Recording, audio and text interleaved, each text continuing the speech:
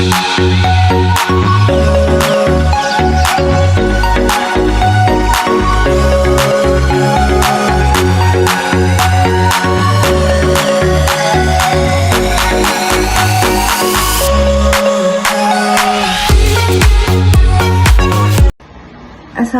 warahmatullahi wabarakatuh. Perkenalkan, nama saya Lala Amia.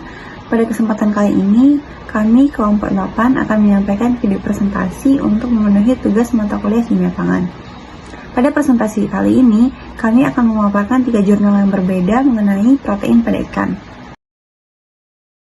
Baik, jadi di sini saya akan menjelaskan jurnal 1 yang berjudul A Randomized Study on the Effect of Fish Protein, a Supplement on Glucose Tolerance, Lipid, and Body Composition in Overweight Adults. Nah, jadi yang dimana penelitian ini dilakukan untuk mengevaluasi potensi suplementasi protein ikan dalam meningkatkan kesehatan metabolik pada individu yang dengan berat badan berlebih. Jadi protein ikan ini diketahui memiliki peran penting dalam proses metabolisme tubuh, sehingga berpotensi membantu memperbaiki kondisi metabolik yang sering terganggu pada orang dengan berat badan berlebih. Jadi misalnya tuh kayak seperti kesetimbangan, glukosa darah, dan profil lipid. Nah, dalam studi ini atau dalam jurnal ini, peneliti ini ingin menilai apakah konsumsi protein ikan dalam dosis yang rendah selama 8 minggu itu apakah mampu memberikan perubahan yang signifikan terhadap beberapa indikator kesehatan. Sebanyak 34 peserta mengikuti intervensi selama 8 minggu dengan dosis 3 gram per hari pada 4 minggu pertama yang kemudian dinaikkan menjadi 6 gram per hari pada 4 minggu setelahnya. Hasil penelitian menunjukkan suplementasi protein ikan menyebabkan penurunan kadar glukosa puasa, glukosa 2 jam setelah makan, serta nilai AUC pada glukosa. Penelitian juga mencatat perubahan respon pada insulin dan C-peptide, penurunan LDL kolesterol, serta peningkatan persentase massa otot dan penurunan kadar lemak pada tubuh setelah 4 minggu.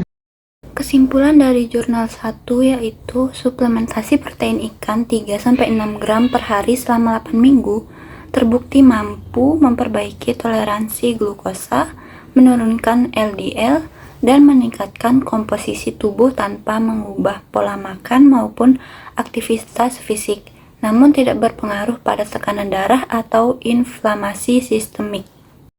Berikut merupakan pendahuluan dari jurnal kedua, yaitu protein itu merupakan nutrisi utama bagi ikan yang menyediakan energi dan asam amino esensial. Protein itu adalah bagian mahal dari pakan komersial dan penting untuk pertumbuhan, perkembangan, dan reproduksi ikan. Nah, kekurangan protein itu dapat menyebabkan pertumbuhan terhambat, sedangkan untuk kelebihan protein itu dapat meningkatkan biaya pakan dan amonia nitrogen di air.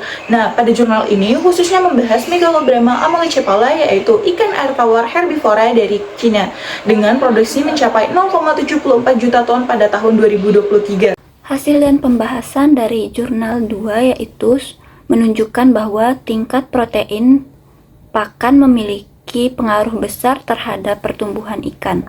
Pertumbuhan tertinggi terjadi pada pakan 30-34% protein untuk ikan besar dan sekitar 30% protein untuk ikan kecil.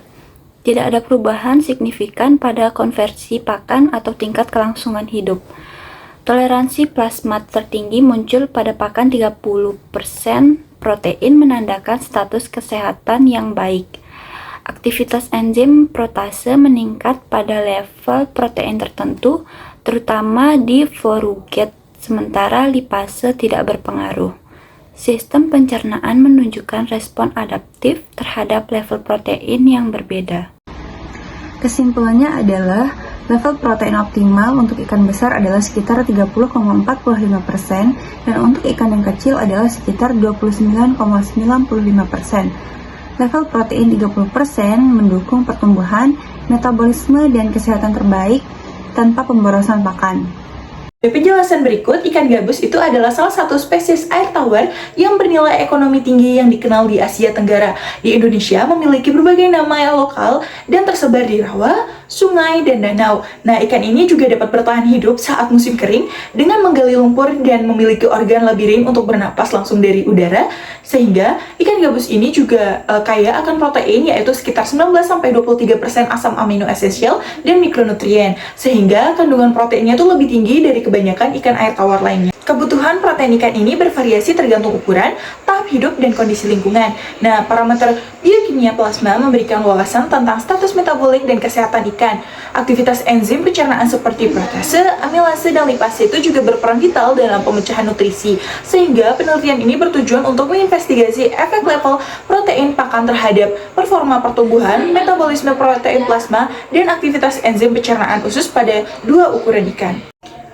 Ekstrak ikan gabus itu dapat membantu penyembuhan luka dengan peran asam amino seperti glisin, glutamin, dan arginin. Penelitian terkini juga menunjukkan ikan gabus itu memiliki sifat bioaktif sebagai antioksidan, antihipertensi, pengantar glukosa darah, penyembuhan luka, anti kolesterol, dan antimikroba. Ekstrak ikan gabus itu dapat membantu penyembuhan luka dengan peran asam amino seperti glisin, glutamin, dan arginin. Nah, penelitian terkini juga dapat menunjukkan bahwa ikan gabus itu memiliki sifat bioaktif sebagai antioksidan, antihipertensi, pengantar glukosa darah, penyembuhan luka, anti kolesterol, dan antimikroba. Nah, peptida bioaktif itu merupakan molekul protein dengan kurang lebih dari 20 residu asam amino yang memberikan manfaat fisiologis, sehingga peptida itu memiliki berat molekul kurang dari 10 kDa, sehingga lebih mudah diserap aliran darah.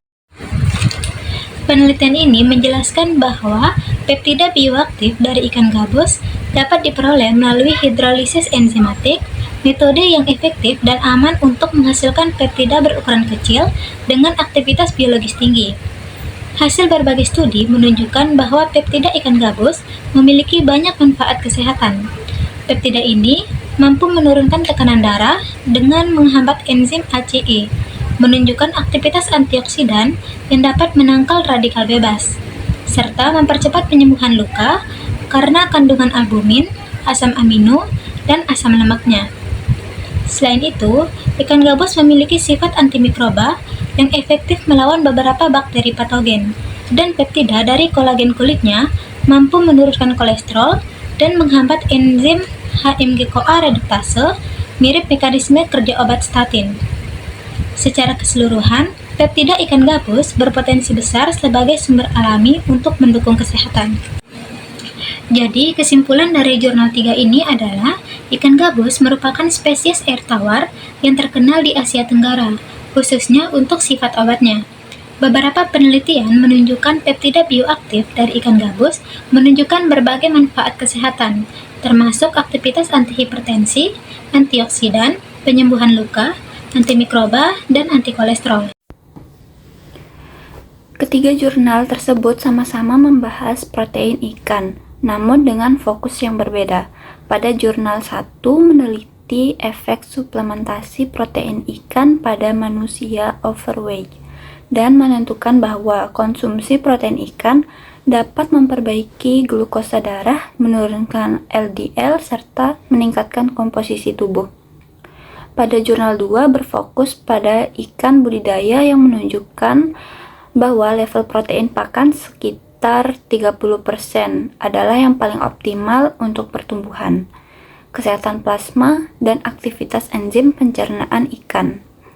Pada jurnal ketiga meninjau berbagai penelitian tentang ikan gabus dan menyimpulkan bahwa peptida bioaktifnya memiliki manfaat kesehatan seperti antihipertensi, antioksidan, penyembuhan luka, antimikroba, dan anti kolesterol. Baik, jadi secara keseluruhan, ketiga jurnal tersebut itu menunjukkan bahwa protein ikan memiliki manfaat yang penting bagi kesehatan dan pertumbuhan. Pada manusia, protein ikan itu membantu memperbaiki metabolisme dan profil lipid.